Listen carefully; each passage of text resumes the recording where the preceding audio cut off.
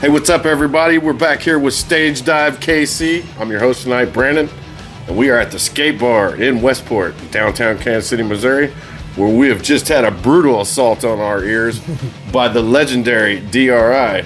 Special guest tonight, we got Kurt here from D.R.I. Let's say what's up, man. Well, it was an hour and a half of hardcore crossover thrash. Absolutely. So, tell us what it's like being in a band for like 40 years and what's the secret to keeping a project like this together? It's pretty surreal. I don't know, me and Spike both have the same goals, I guess, you know what I mean? To keep traveling and seeing the world and playing wherever people will have us. And, you know, we've had to go through a few drummers and bass players, but I think the lineup we have right now is really good. Oh, absolutely. Speaking of the lineup tonight, your drummer, Danny Walker. Oh man, what a beast he was tonight on drums. He definitely adds a lot to the band. So how many lineup changes have you went through? I don't know. I've lost count. A lot. So in this tour, you guys are hitting the road hard. Same every year. 31 dates on this tour, I think. The Midwest and Great Lakes tour. No, not that many. Just 3 weeks, so it's 12, probably 17 or something, maybe. 17 shows, almost playing every night. Yeah, we take Mondays off. Most bands do. Kind of like Harley dealerships, then. Oh, really? Yeah, they're always closed on Mondays. Did not know. I think barbershops and stuff too. Seems like.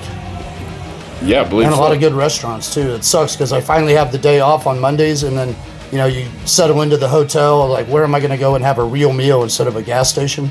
And then all the good restaurants are closed on Monday. I mean, you can go to McDonald's and stuff, but you know if you want to sit down, have a steak or something like that, something that'll make a lot of them are closed on Monday, unfortunately. McDonald's will make a turd still. Yeah.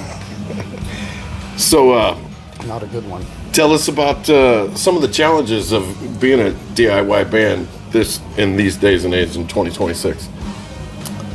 I don't know. I don't consider it a challenge. It's just what we've always done. You know, it's work. I don't consider it hard work. I've had jobs where it was hard work, and this is not one of them. This is the fun one. You can imagine like you show up at work and they're like, okay, your beer's over here on the ice chest, and you know, and you know, it's not like a normal job. It's way more wonderful. Yeah, they always say if you find a job that you love and it never feels like work. Yeah, it doesn't. I mean, I know it is work.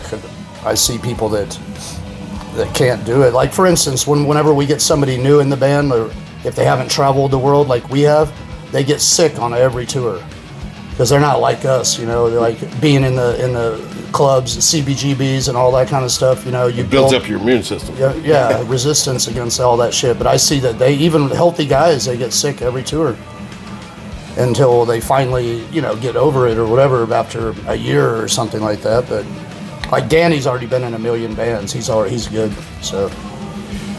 Hey, your bass player tonight, man, did he throw down? That was awesome. I mean. I didn't know what to expect, but you guys really threw down tonight at one of the best shows we've had here at the skate bar, sold out, of course. Also, back to being sick, like we travel in a minivan, so if one guy gets sick, we're all packed in there together. Like last tour, I think all three of the other guys were sick, and I somehow avoided it, and I'm right in there with them. You must be a firstborn. So, no, but you should always expect, like, for those people out there that don't know about touring and stuff, whenever a band comes, you know, one or more, maybe all of them could be sick. And if they're professionals, you won't really know it, you know, unless the vocalist maybe loses voice or something if it's real bad. But there's always that chance, you know, that they're just trying to get through it and move on to the next day or whatever, and fighting get some adversity. sleep or whatever, right? And hopefully get over it before the tour's over. So here's a question that everybody wants to ask. You guys have 7 studio albums and haven't had a new release from you in quite a while. Is there something in the works for a new D.R.I. release? No. We don't have any. We don't even talk about it really. We're just out there traveling around. I mean, I would like it, but everybody else has to be on board too. So.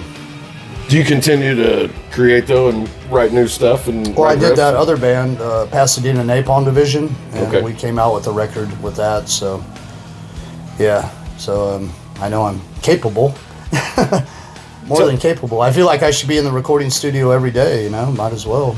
But tell us about some of the other side projects. I heard you wrote a book. Books. Yeah, I sold out, so that's why I didn't have any tonight. But normally I have them all here. And maybe some poetry and art too? One of them is called See the Loud Feeling, and that's all of my lyrics from all the albums, even the Pasadena Napalm Division and the one song I did with Dave Grohl on the Probot album. Oh, Probot, yeah. Right, so cool. all of my lyrics. Because the thing is, on the D.R.I. albums, it doesn't say who wrote what. And I didn't write all the lyrics, you know. Some of our best songs were written by bass players and other, you know, Spike or whoever was in the band at the time. So now I got to put all of mine into one book. It's a pretty fat one. I like to say being in a band is like being married to like 3 or 4 other dudes at the same time. So you have to like deal with everybody's life. Well, I guess I've been divorced from some of them at some point. But it is a collaborative effort. Right. I mean, if you're in a band and then it's easy to be miserable, you know, if you're not happy in the band, you have to, you know, your choices are limited. You can quit, or you can let the person go that's making you miserable, or just suck it up and deal with it, you know. Absolutely. And we don't really like change, so we might go through years of suffering before we finally get rid of somebody, you know. D.R.I. has definitely stamped their brand of thrash metal on the music industry. I think we've influenced a lot of people, inspired a lot of people, at least. Me included.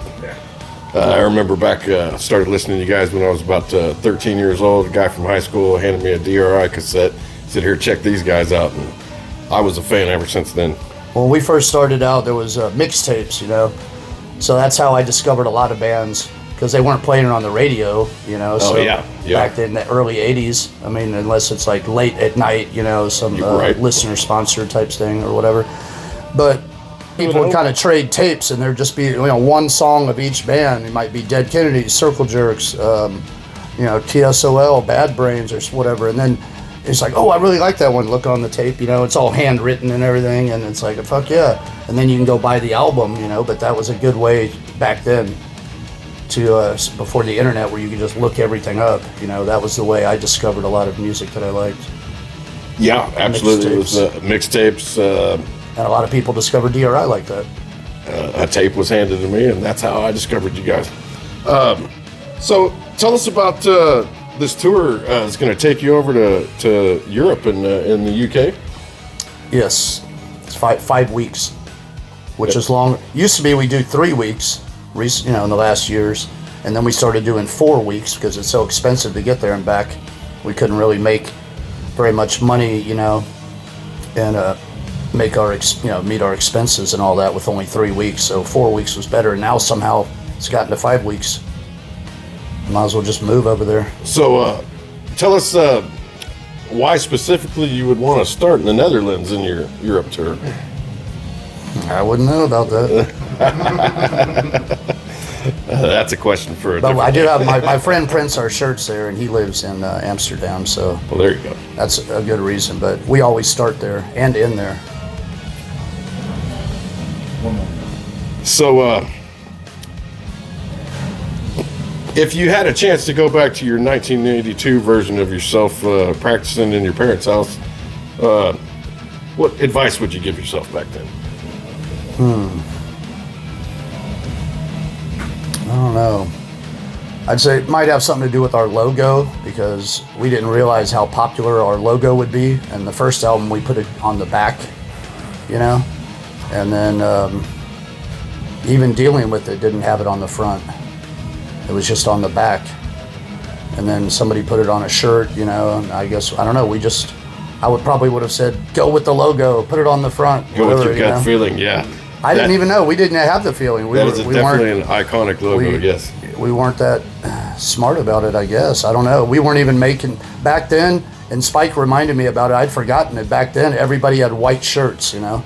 Nobody had black. In punk, everybody was selling white shirts. Yeah, yeah. And even a lot of bands that came through, I don't even think they had shirts for sale. Like when Black Flag would come through, and TSOL, and, you know, Misfits and stuff, I don't even remember them having shirts.